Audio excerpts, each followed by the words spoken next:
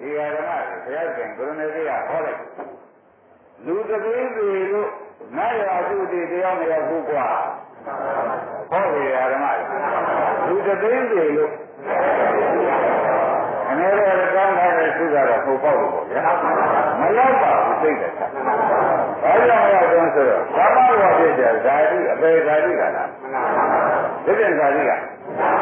ဘာသာနိုင်ဘူးဆိုတော့သိကြကြအဲ့ဒါကိုထိုးထိုးနဲ့သိရတော့မှာဩငါတို့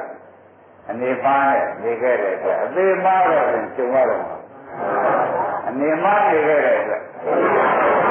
အသေးပါကျုံရတော့မယ်ဆိုတာဓမ္မအလွန်ဆိုးရင်တယ်ဆိုတာကဆရာဘုန်းကြီးအကြောင်းကိုသိရပါဘူးကျတော့ဘာလို့ရှိကြလို့ပြောကြနေလားခင်ဗျားလည်းလုံးဝဖွင့်နိုင်နေရတဲ့ရားတော့မေးရမယ်ဆိုညရမရင်ဒါဥပါဒံကံရောက်ပြကဲဒကာဓမ္မတို့ဒီကံရဒေဝိချမ်းနိုင်ဇာတိလာမလားဘယ်သူရကုန်းမှာလားဒကာဓမ္မတို့အာရုံမဂရိပြိဋ္ဌပါလေအာရုံမဂရိပြပါလေမသေးပါနဲ့ဦးဒါလို့မရရင်ပြန်မပြောရဘူးဒီကံကိုပြန်ဆက်ပါဦးဒီကံကို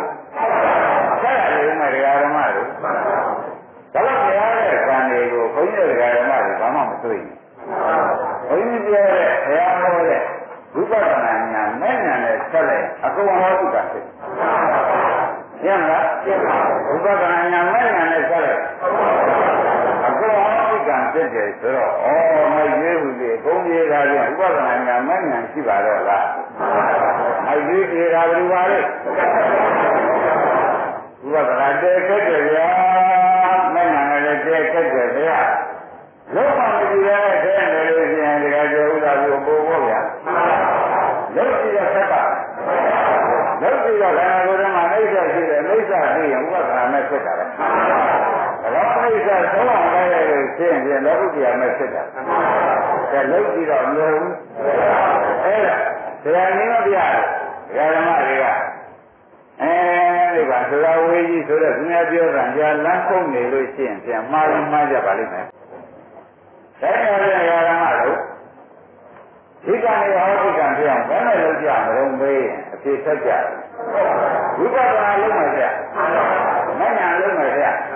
ဝိပဿနာနဲ့လည်းဘုရားနဲ့ရလုပ်လို့ရှိရင်ဟောဒီကံဖြစ်ဖြစ်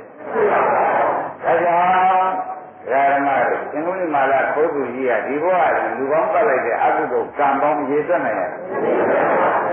ဝိပဿနာဉာဏ်ဖြစ်သွားပြီးမဉ္ဇဏ်ပေါ်လာတော့ဒါရီကျိုးပေးသေးဒါနဲ့ဒီဉာဏ်တွေကဓမ္မအာဟုတဲ့ဉာဏ်ပါလားဘယ်နဲ့ဆိုကြအာဟုတဲ့ဉာဏ်ဆိုတာပေါ်လာကြဒါဖြင့်တို့ဒီတရားနဲ့တွေ့ရတဲ့အတွက်အာဟုတဲ့ဉာဏ်လေးတစ်ခုရသေးတယ်ဆိုတော့ဘုန်းကြီးပြောတယ်ဘယ်ဓမ္မတွေ